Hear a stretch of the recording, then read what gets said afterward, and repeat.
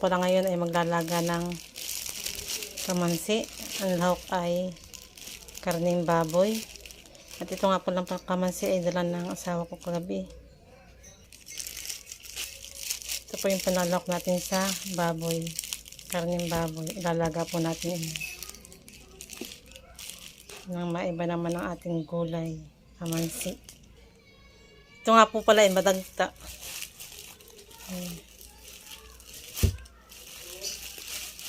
Madagta po ito. Ayan, at atin na pong papakulong yung baboy. At habang po tayo magpapakulo ng baboy ay aking pong babalatan yung kamansi.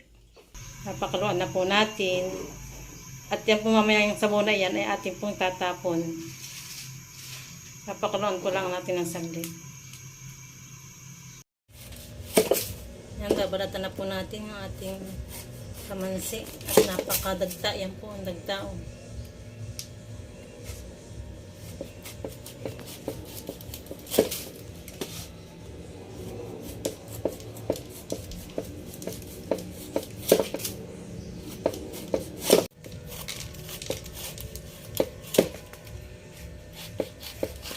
Pinabalatan na po natin.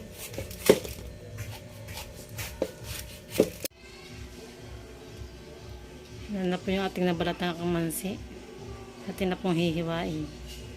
Ayan, tapos na po nating hiwain. Tanggalan ng ibutod, yung matigas sa gitna. Hugasan na po natin.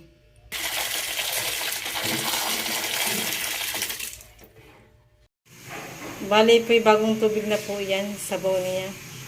Naitapon ko na po yung pinagpakuluan. Yan po yung bago na yung tubig na yan. Nalagyan na po natin ng rekado.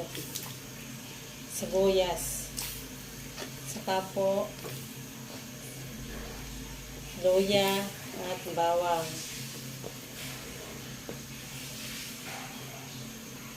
Nalagyan din po natin ng paminta.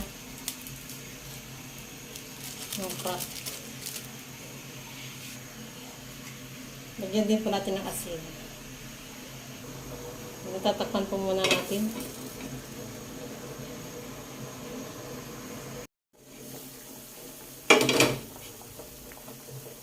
Nalagyan na po natin yung ating gulay. Puro gulay na naman po ang ating ulam. Parang nilagang kamansi. Mas madamay gulay. Kasi sarap. Nalagay po natin. Yan po. Puro gulay po tayo. Puro gulay. Okay na po yung lasa niya. Yung lasa ng sabaw. Kaya papalambutin na lang po natin yung gulay.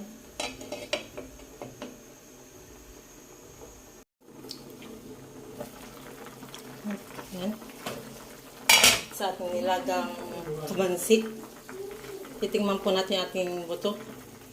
Yung pong buto ng kamansi pala. Yan. Titikman natin kung malambot na. Yan, at malambot na po yung buto ng kamansi. At malinamnam pa. At luto na po yan. Sabayan na po natin. Yan, luto na po ang ating nilagang kamansi.